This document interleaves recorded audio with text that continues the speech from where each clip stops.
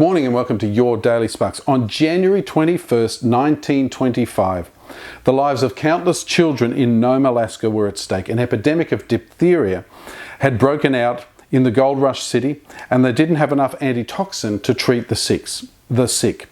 Dr. Curtis Welch telegraphs several towns, but the only serum in the entire Alaskan territory was found in Anchorage, the capital.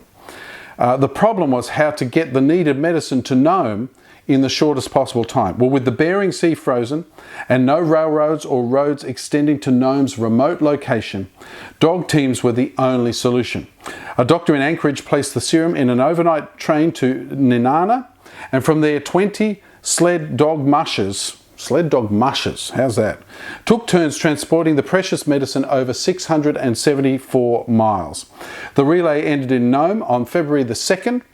In only 127 and a half hours, the life-saving serum arrived in time to save the next generation of Nome's future leaders. So according to the psalm writer, the passing on of faith from one generation to the next is like a baton in a relay, or a serum run, if you like.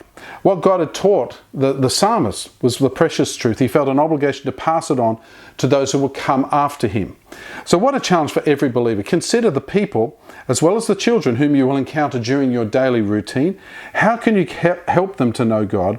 And how can you pass on what you know to the next generation, to your children and their children and their children, and so on?